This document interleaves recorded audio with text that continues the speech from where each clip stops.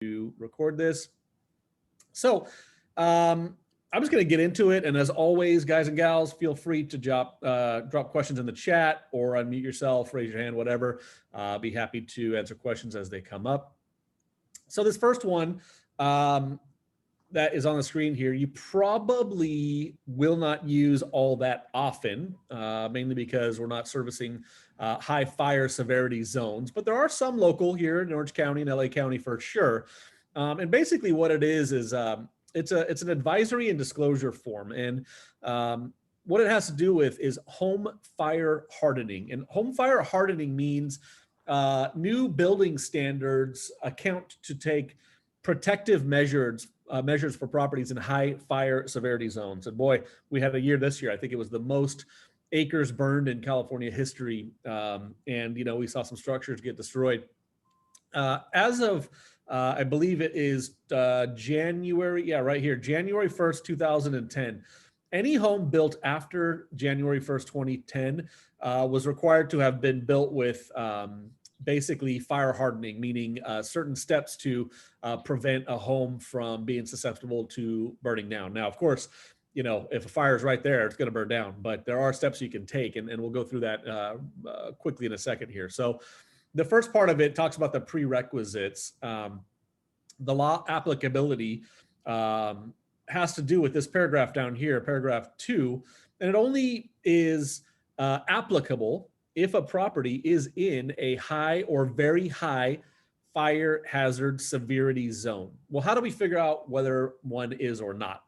Well, paragraph 2 tells us where to locate information, and it tells us that these zones may be determined by reviewing our natural hazard zone disclosure. The natural hazards disclosure report you guys get is 50 to 100 pages. And there's multiple questions about natural hazards, such as, high fire severity or very high, forest fires, flooding and dam failure inundation areas, earthquake fault zones, et cetera. So there's quite a bit of different natural hazards all throughout our state.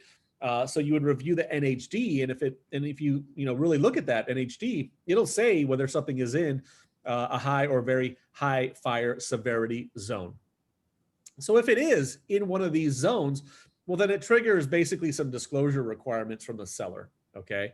So if we look here, home fire hardening information required for residential properties with 1 to 4 units constructed before January 2010. So this disclosure is going to be required for any home built prior to that date. And then we have our notice here. This home is located in a high or very high fire hazard severity zone. And this home was built before the implementation of the Wildfire Urban Interface Building Codes, which help to fire harden a home. So again, we're referencing this paragraph if the answer is yes on the NHD for high fire severity. He goes on to say, to better protect your home from wildfire, you might need to consider improvements to the property if it was built prior to 1/1/2010. Information on fire hardening, including current building standards and information on minimum annual vegetation management standards to protect homes from wildfires can be obtained here. Okay, readyforwildfire.org. And if you notice on these PDFs, these are actual links that you can click, and it'll take you to the state's website to find out more information about what this looks like. And then we get to paragraph 3. And paragraph 3 is where the seller is going to make a disclosure if they know, okay? Seller is aware of the following features that may make the home vulnerable to wildfire and flying embers.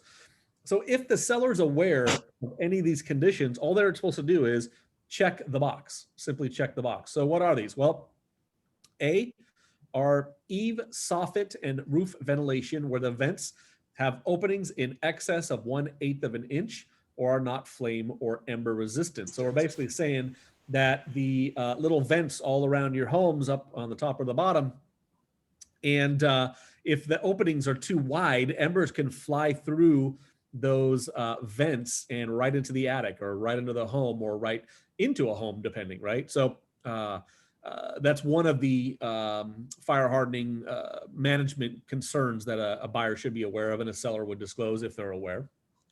B, roof coverings made of untreated wood shingles or shakes. So newer building standards require a specific treatment to roofing materials to resist fire issues. C, combustible landscaping or other materials within 5 feet of the home and under the footprint of any attached deck. So this could be as simple as, dead grass, grass that's susceptible to burning, or other sort of brush, dry tinder, trees, whatever. Okay. D, single pane or non-tempered glass windows. Those are going to be required on future building codes post 2010 for fire hardening. Loose or missing bird stopping or roof flashing. Again, we're talking about roofing here. And I'll be honest with you guys, I don't live in one of these areas. I don't think a lot of you do either. So I don't even know what bird stopping actually is. It's probably something to do with keeping birds off your roof. But hey, when you're working in these areas, you need to thoroughly ask these questions of your seller so they know how to fill this form out correctly. Lastly, we get F, rain gutters without metal or non-combustible gutter covers. So again, we're talking about treatments to specific parts of the home or materials that may be more susceptible or not. So the last part of the paragraph here in paragraph 4, there is an inspection report option. If the seller has obtained a final inspection report that includes compliance with certain defensible space and home hardening requirements, we have it here. And if it's checked, they've got it, and a copy of the report is either attached or maybe obtained at whatever. Okay, so if your seller has done an inspection or report for fire hardening, which is probably advisable for anything prior to 2010 at this point, they would then provide that to the buyer by attaching it to this disclosure and advisory. So to recap, basically new disclosure and advisory, it would have to do with properties built prior to January 1, 2010 that are in a high or very high fire severity zone. That would be determined by looking at the NHD. If the answer to those are yes, then the seller would make these disclosures about whether they're aware of any of these concerns, and they can also do an inspection and attach that inspection. Okay. So again, we probably won't use this one very often since Long Beach is not in a high fire zone, but you never know where you sell. So be aware, this will be required for anything prior to 2010 in those zones. All right. Probably the most notable, which we'll go through here and take a minute. This is the totally revised COP form, contingency for sale of buyer's property. And I want to be totally transparent with you all. This was, in my opinion, the most difficult form to understand. I would have to read this thing 3 or 4 times sometimes just to figure out, like, what are the dates that we're supposed to be following. So we're going to go through this. And I just want to remind you all, if you have a contingency to buy a house or a contingency to sell a house, do not write those words onto a counteroffer. You should never have a counter that only says seller to find a replacement property. That is not enough. And you would never have a single sentence that says buyer contingent on buyer selling their home, right? There's a 2-page form for that. So never accept those terms. If you get a counter offer and for your buyer, you write an offer and it says seller to find a replacement property, not good enough. You need to add the SPRP. And if it's your listing and it says buyer needs to sell their house, not good enough. We have a form for that. So I want you guys to all have this in the back of your mind at all times, like a nightmare. Nick said, there's probably a form for that, right? So find the right form and use it. If you don't know, call me up. Let me know. I will help you out, okay? Let's look at this together, ladies and gentlemen. Contingency for the sale of buyer's property. So if we have a buyer in a transaction that needs to sell their house, here's where we're going to spell out all the terms. And there's a lot of them, okay? Again, this was a 1-pager that was very confusing. They revamped it significantly. So at the top, we have all the parties and the addresses and so on, like normal. Paragraph 1, the buyer's property contingency. So this agreement is contingent upon A or B or C. A is the buyer getting into contract for the sale of and closing escrow on the buyer's property. For your buyers, that's probably what you want. So there's 2 contingencies, 1 to get into escrow and 2 to close. right? So we want both of those for your buyers. On a listing, you may not want that, and that'll be a point of negotiation. There are other options, or only entering into a contract, meaning only finding the home and opening escrow, or C, only the close of escrow. Okay. So the first one is opening escrow and closing. The second one is only opening escrow. The third one is only closing escrow. You might use 1C from time to time if you're writing an offer for your buyer and their home is already in escrow. They've already found the buyer for their listing, and now they're writing an offer on another property. So that's when you might use C. Okay. And if that's the case, it goes on to say the buyer's property is already in escrow with blank escrow company, escrow number blank. And look at this, they added this, a copy of the contract for the sale and the contact information and escrow number for that sale is attached to this form or will be delivered within 2 days. So when your buyer needs to sell their home and it's already in escrow, you actually have to give a copy of the purchase agreement and the escrow instruction information or escrow information to the seller for the property you're writing an offer on. Okay, so that's good. We got to get a lot of evidence. Okay, paragraph 2. Again, feel free to pop in with questions, ladies and gentlemen. 2, buyer entering into contract for the sale of the buyer's property. If 1A or B applies, right, up here, meaning if the buyer still needs to open escrow, well then the buyer will have 17 days to do so. So that's where we get the contingency. If we need to open escrow on a deal, the buyer will have 17 days or a negotiable time frame, or by the earlier of the time specified in 2A, right, the 17 days, or within 2 days after buyer enters into contract for the sale of their property, and buyer will then deliver that information. Okay, so within the time frame here, and after the buyer opens escrow, the buyer will deliver the escrow evidence to the seller or the escrow holder. So we clarified that we have a 17-day window to find the property and open escrow, and we have to deliver the information about that escrow within the time frame or the time frame of opening escrow. Hope that makes sense. We'll keep going. Paragraph 3, listing and MLS status. Okay. So remember, you have a buyer you're working with that needs to sell a home. So we're going to now talk about whether that home is listed or not.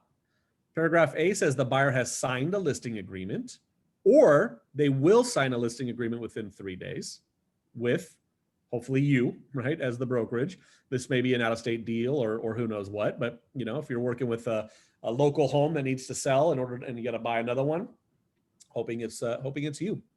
So we're declaring that we've either signed a listing or will within 3 days. We're declaring here that the buyer's property is or will be submitted to the MLS in the geographical area where the buyer's property is located. Okay, so that would mean MLSs. So think about this, right? We're subscribers to CRMLS. If they're selling a property in San Diego or Fresno or Palmdale, Lancaster, or somewhere outside of our normal MLS, you would check the box and say, we are not putting it in the MLS in the geographical area where the buyer's property is located, because we're using an outside MLS. Okay, so you want to pay attention to that. Not very common. Usually if it's out of the area, you're probably not listing homes in those areas.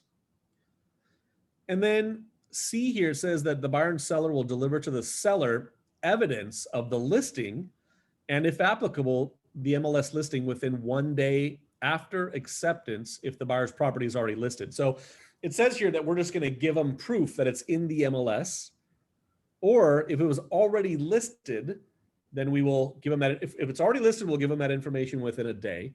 If it's not listed, we'll give them that information within a day of it going in the MLS. Pretty simple stuff here. All right. 4, the close of escrow of the buyer's property. So here's where we're talking about how long does the buyer have to close their escrow once the seller accepts their new offer. Okay. So here's where we have another conditional if 1A or 1C applies. Going back up here, 1A, closing escrow as a contingency, 1C, closing of escrow as a contingency. So this paragraph relates specifically if we're making this transaction contingent on the actual close of the buyer's property, not just opening escrow. So if that's the case, buyer has until the following time to close escrow. So how long do they get? Well, no later than either the scheduled close of escrow of seller's property, and that means this transaction that we're working on right now. So your buyer, they have a home for sale, we're writing an offer, and we're making an offer to this new seller.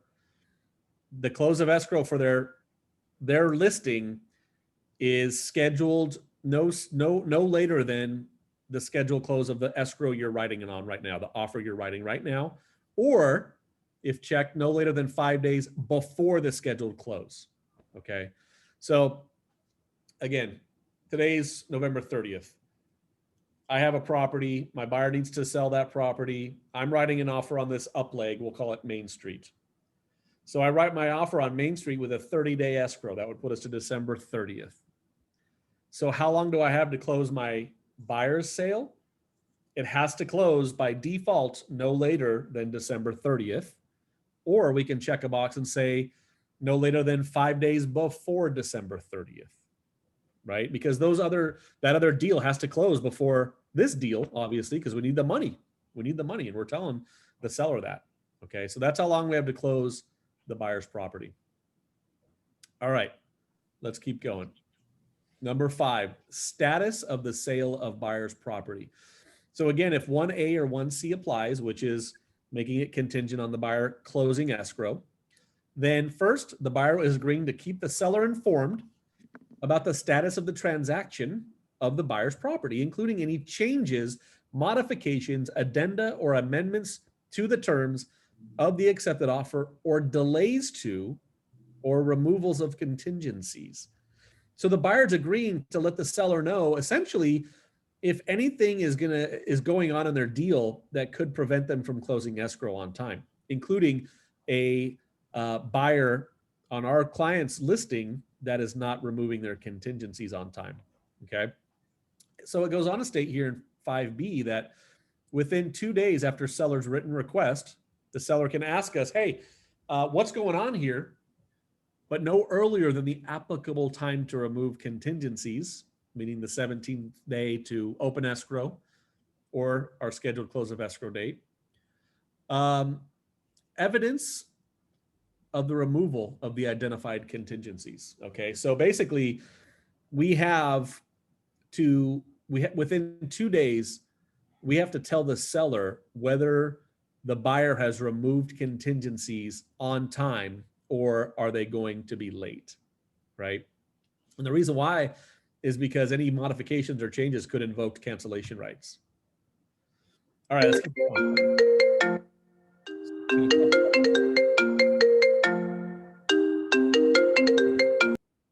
All right, there we go. Beautiful. All right, so paragraph 6, cancellation of the buyer's property. If the buyer's property is in or enters escrow and either party, the buyer or the seller, cancels or gives notice of cancellation, then we have to tell this seller that that transaction is being canceled within 2 days. Okay, so if our buyer's listing cancels, either we cancel on that buyer or that buyer cancels on us, we have to tell our new seller that there is a cancellation within 2 days. And again, that's going to trigger potential cancellation rights on this transaction now. All right, paragraph 7, backup offers and seller's right to require buyer to remove contingencies. Sorry, Nick, can I ask you a question? You may. It's Navy. Can you go up 1 for 1 second on number 6? Yeah. So for the cancellation of buyer's property, I am in escrow with 3, the sellers, the buyers, and then the seller's up leg. So my client is selling his home and buying a new one, and the buyer on the down leg is my client. So she canceled. My question is, if that happens, but she got back on, so everything's all good. 3 escrows open and about to close. But my question is, if the buyer decides for the down leg to the buyer's property, decides to obviously cancel, what happens to the up leg's transaction? Do they get to keep the deposit if that happens, or? If the contingency is still in place, then the buyer should retain their deposit. Okay. But if they've removed the contingency to sell their property, then obviously at that point they would lose their deposit, most likely. Okay. Yep. So it all depends on the contingencies and whether things have been removed. And there's so many moving parts, and this is like, this is probably at least half of the transactions we're working on right now are contingent transactions.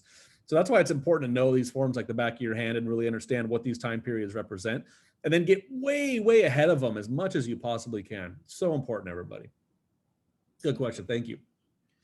So moving on, paragraph 7, backup offers and seller's right to require buyer to remove contingencies. So first of all, backup offers, paragraph A, after acceptance, the seller shall have the right to continue to offer the seller's property for sale for backup offers. Okay. So the default on this form is that a seller can continue to offer for backup. Now, in our MLS, that means they can change it to active under contract. Okay, they can't keep it as active. And it notes here that the parties acknowledge that brokers shall not violate MLS rules requiring accurate property status reporting. So if a seller accepts a contingent offer, they cannot leave it as active. They can only keep it as active under contract, and they're given that right here on the form. Okay. 7B, removal of the buyer contingency and proof of funds. Unless 7C3 down here is checked, which we'll look at in a moment, if the seller accepts a written backup offer, they have to give the buyer a copy of that backup offer within a certain amount of time, which we'll look at in a minute. The seller at that point can then give notice to the buyer, a notice to perform, to remove the contingency of the sale of this property. Okay, so that's super important. If you have a buyer that's selling their house, you open escrow on the up leg, if that seller accepts a written backup offer, they can ask you to remove the contingency to sell the home, remove the loan contingency, and show proof of funds to close escrow without selling the buyer's property. Okay. And if the buyer won't do those things or can't do those things within 2 days, the seller has the right to cancel the transaction. Okay. Very, very important. Now, regarding that specific seller right, paragraph 7C here says, when can we do that? When can we accept a backup offer, present it to the buyer, kick them out of escrow if they don't remove their contingencies? Well, the default is immediately, right away. They can do it immediately. So for your client that's writing an offer that needs to sell a house, you probably don't want the default. You want at least 2, which is a delayed notification of 17 days after opening escrow. Or if possible, you want 3, which is no right to notify the buyer, right? So what that means is, in a perfect world, your buyer that's writing this offer would check the box for 7C3 and say, seller, you don't have the right to solicit for backup offers and invoke the provisions of 7B, meaning to accept a backup offer and try to kick us out.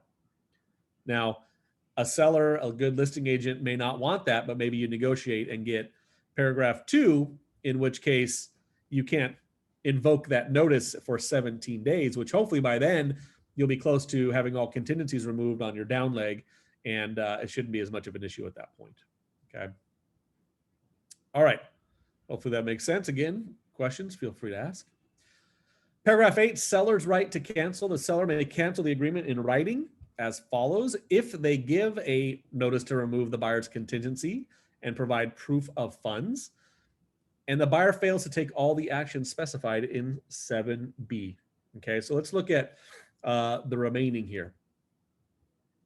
Giving a notice to perform for failing to open escrow on the sale of their property. After a notice to perform, buyer fails to close escrow within the time that we have already talked about. Or buyer fails to deliver escrow evidence that they've opened escrow on their up leg, on their down leg, I should say, or the buyer doesn't deliver evidence of the listing, right? Remember, there's a paragraph that says they've got to show us proof that they listed the property in the MLS. Or the buyer doesn't give evidence of the removal of the contingencies in the sale of the buyer's property within the time specified. Or they don't give notice to the seller of either party's cancellation of the buyer's contract. So these are all the reasons why a seller can cancel, A through G. And it's basically all the contingency steps that we just talked about in the previous like 6 paragraphs. Okay. Those are all the reasons why and when a seller can cancel escrow. When can a buyer cancel? Well, a buyer can cancel if in writing, prior to the buyer's removal of this contingency as applicable, if buyer's unable to enter into contract. So if the buyer can't open escrow within 17 days on their listing, they don't have to buy the up leg. Okay, so that's why there's a contingency, obviously. Or if the either party on the buyer's listing, right, their down leg gives notice to cancel, then the buyer can cancel this deal. If, again, paragraph, oops, went too far, 1A or 1C is checked, which is the contingency to close, not just open, but close. Okay. So if it's contingent on closing escrow and their down leg cancels escrow, well, they won't be able to close on the up leg without the money. The buyer can cancel. Okay.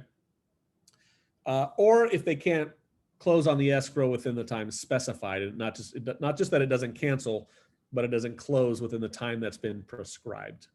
Okay. So as I'm talking, I feel like I'm probably confusing a lot of you and maybe it's not making sense, but I promise this is far easier to understand than the old form. So if that says anything at all. And, you know, when you have these contingencies, you let me know. If you notice, there's not a ton of options. There's a lot of defaults. You can change some time frames. There's a couple check boxes about, you know, the backup offers thing. There's some places to fill in the company names, but there's not a ton of stuff in here to alter. So it's pretty cut and dry. I'm just going through it real detailed. And again, if you need a refresher, we can watch the video again because we're recording it, and I'll walk you through it if you need help as well. Okay. The last paragraph, paragraph 10, is timeframes. When do timeframes begin for contingencies on this transaction, the purchase that your buyer is trying to buy, for contingencies, contractual obligations, and deposit? So A and B address that. Both of them, the default is that their timeframes begin upon opening escrow of the property the buyer is trying to buy. You can change it to be the timeframes don't begin until the buyer opens escrow on their down leg. So maybe you have a property that's listed for sale, but they haven't sold it yet. You're writing offers, you get one close to being accepted. You might say, well, we haven't found the buyer for our listing yet, so we'd like to ask for some time to start our contingencies and maybe even our deposit until we open escrow on our down leg. Okay. So that's what is there. All right. That's basically it. So there are some changes to the contingency removal form and the notice per form that talk about this, which we'll look at. Actually, we'll jump into that right now, basically. All right. That was a lot. Whew. Tired of talking already. All right, let's keep going. So the next couple of forms we're going to buzz through real fast. Contingency removal. You guys are familiar with this one. The CR. Basically, it's been updated 2 ways. Number one, they added the paragraph numbers at the end of each contingency. So the loan is paragraph 3J, appraisal 3I, the buyer's investigation contingency is 12, right? So what this will do is it'll help you if you need to cancel a transaction. I always get the question, what do we check, by mutual agreement or, you know, with their rights due to paragraph number 1 or whatever the contingency is? If you're canceling because of their physical inspection, you could say the buyer is canceling paragraph 12 due to their rights pursuant to paragraph 12. So now you'll know which paragraphs to use. The other thing they tweaked on here is they added the contingencies that we were just talking about. Entering into escrow for the sale of buyer's property, closing of escrow for the buyer's property. So these are now on the contingency removal form. And they're also now on the notice to buyer to perform, right? Entering into contract, closing escrow, giving evidence of listing the property, giving evidence of all contingencies being removed. And then they added here the delivery of a representative capacity signature addendum, not related to the COP, but they now added a contractual action here that says completely unrelated to the contingency of the buyer's sale. This is a different thing on any deal. If a buyer doesn't give the representative capacity signature addendum form that shows who an authorized signer is. So that's a separate thing. Okay, but that's also been added to the notice to perform. All right, let's keep going. I think we're just about done because I'm not going to really review the rent cap and just cause addendum because you guys shouldn't be delivering these because you're not managing property. Okay, you can help a client sign a lease agreement. You can list a lease property for sale, and that's it. No other property management type of activities are allowed by you as a salesperson. If you do want to do property management, you need to get a broker's license, and we'll have you sign a form that is basically disassociating your property management business with our brokerage. Okay. Let me say that again. You guys can't do property management. Number one, DRE violation, property management. Number two, handling of trust funds. We also don't touch money. Okay. So just keep that in mind. All righty. Lastly, so this form actually came out earlier this year. Square footage and lot size disclosure and advisory. They made a couple tweaks to it, but basically, I'll go over the form again just briefly. Number one, it says that there may be different sources of square footage measurements. And one of my favorite parts of this form is it tells us very clearly, and many people don't understand this, but there is no one official size source or a standard method of calculating structure size. Okay. We see in the MLS square footage. We see on the tax record square footage. We see on appraisal reports square footage. All the people measuring have no standard way to measure. Okay. So you're going to see discrepancies, sometimes by a lot, sometimes by a little, and sometimes you won't see any. But it is important for buyers to understand that there is no standardized methodology to measure the size of a property. And the form goes on to state for the buyer that if you are buying the home because of square footage, you should hire your own expert to satisfy yourself as to the actual size and be happy with that measurement. Because and you also must know that whoever you hire also is not using a standardized approach. And it goes on to talk about property lot sizes, dimensions, configurations, boundaries, etc. Basically the same thing. Now, this is it's slightly different in that boundaries, etc., lot sizes, and so on. If you're buying the property because of that, then you need to hire a licensed surveyor. They're the only professional who can accurately determine lot dimensions, right? So you guys should never be at a house going, I think your lot line's right here. You have no idea, right? Because you're not licensed as a surveyor. If your client says, where is my lot line? You will hand them this form and you'll tell them you need to hire a surveyor if you are interested in knowing exactly where your lot line is. Okay. Paragraph 3 is a place where you have the opportunity to record any square footage or lot sizes that you see in different sources. So if the MLS says one number, tax record says another number, and then the appraisal says a different number, or the condo plan or whatever, you would just write them in here. You just write them in here. You can attach whatever report you're referencing, and you're just delivering that to the buyer. Okay. They did add here that it says even if no numbers are inserted below, meaning this form is blank, the rest of the form may be used as an advisory. So an advisory is simply telling the client something. And in this case, it's saying that square footage is not a standardized measurement. If that's why you're buying the house, hire somebody that you feel satisfied to give you the information you're looking for. And if you want to know where your boundaries are and what the lot size is, you should hire a surveyor. Same thing, right? It's all the advisory stuff. Okay. And then a great paragraph down here, number 4, broker obligations. Brokers and agents do not have expertise in determining the exact square footage and lot size. So I would call that stay in your lane, folks, right? Know what you are obligated and not obligated to do. You don't measure stuff. You don't identify boundaries. We don't pull permits and that kind of stuff, right? I'm seeing a lot more of this where we as agents feel that we have to do way more than is our job to provide what we think is service, right? And the truth is, by doing more than what's within our scope of duty as per the listing agreement and the purchase agreement, you're actually doing a disservice to your clients, right? Like even simple things, and I'll bring this up because I think this is the last form we have. It is simple things like helping your client manage a construction project to get a property ready for sale. You need a contractor's license to do that. I've spoken about this at our team meetings recently.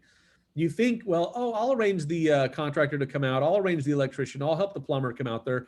Well, guess what? You're now doing a contractor's job. You're not licensed to do that. And you might screw up and open yourself up to some sort of liability. Okay. So, one thing I would tell you, read your listing agreement and the purchase agreement where it says scope of duty. It tells you what exactly you should be doing and what you should not be doing. Okay. Next time we do a review of the contracts, I will go in depth. Actually, all of our videos are posted already, and I have done that. Okay. So again, stay in your lane.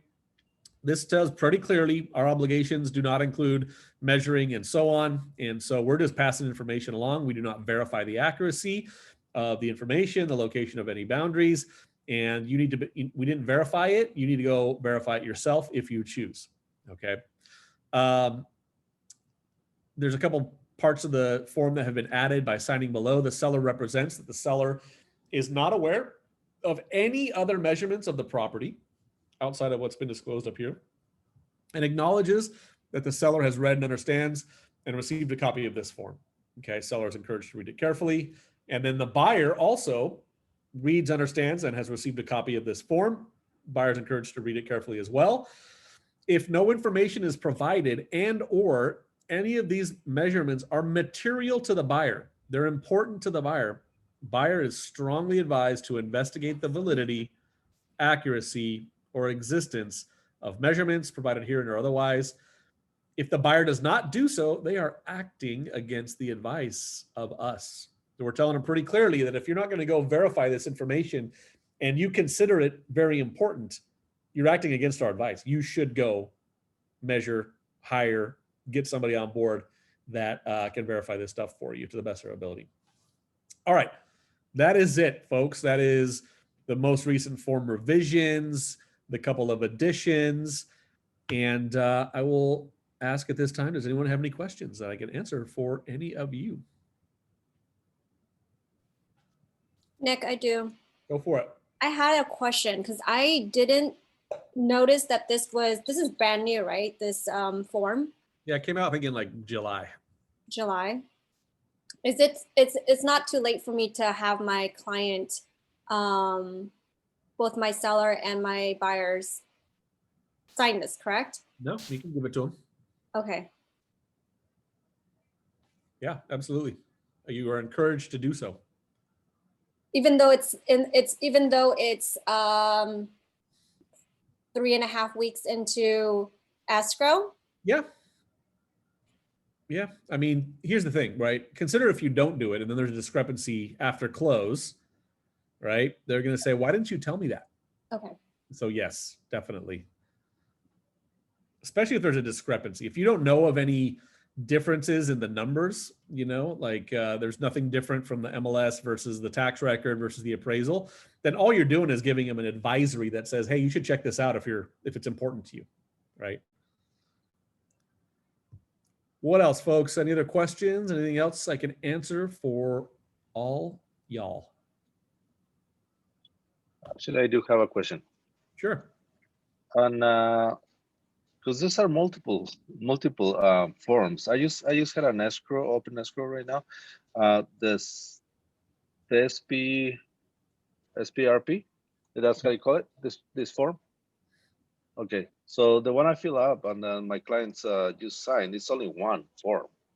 Right. Not sure if that's it.